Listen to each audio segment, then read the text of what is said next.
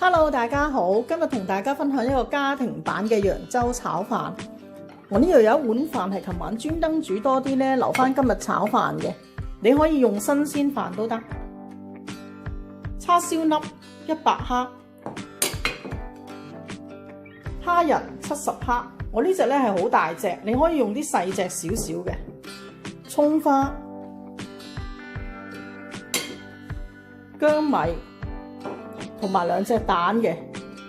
香港嘅茶餐廳食揚州炒飯咧係唔會落薑米嘅，同埋會落啲生菜絲。落定唔落咧就根據你自己個人口味而定啦。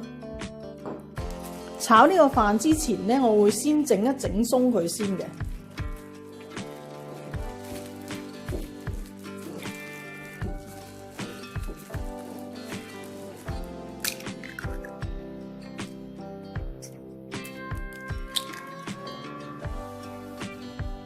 我哋俾些少鹽落去，少少就得㗎啦。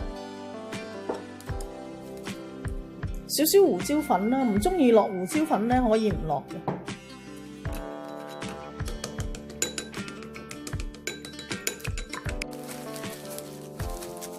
呢個蝦洗乾淨，去咗啲腸，吸乾水。我哋俾些少鹽落嗰啲蝦度，少少就得㗎啦。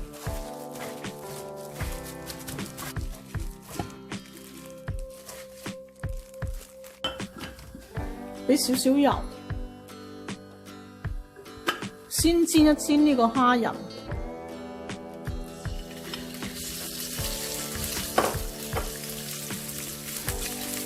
唔使煎太耐嘅，30-40秒就得㗎啦。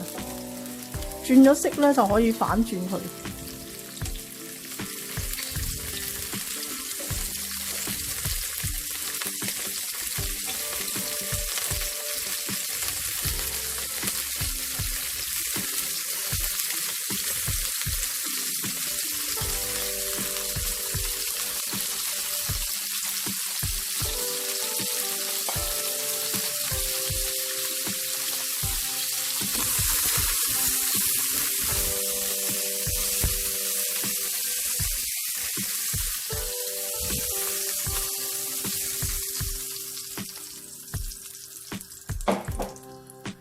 爆一爆呢個叉燒，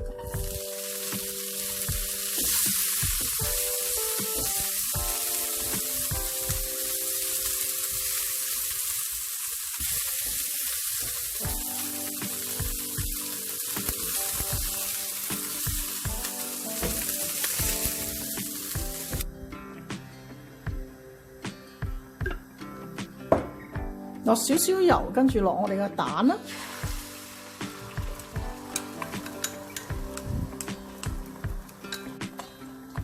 呢個蛋咧唔使全熟嘅，跟住落我哋嘅飯，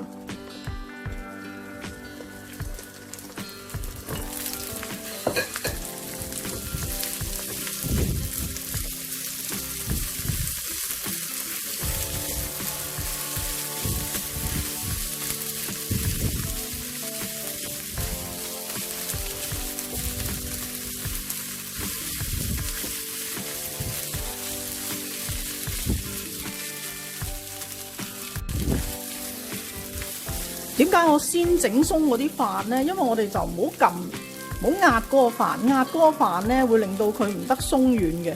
咁亦都唔好咁篤爛佢，篤落去咧，佢啲米會斷咗，就冇咁好食噶啦。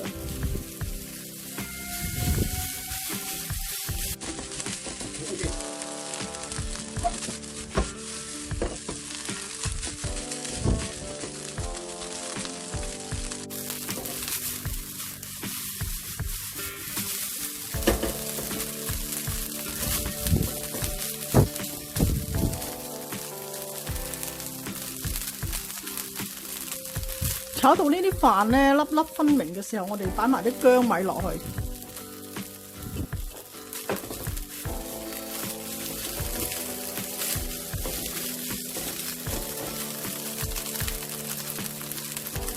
擺埋呢個蝦同埋叉燒。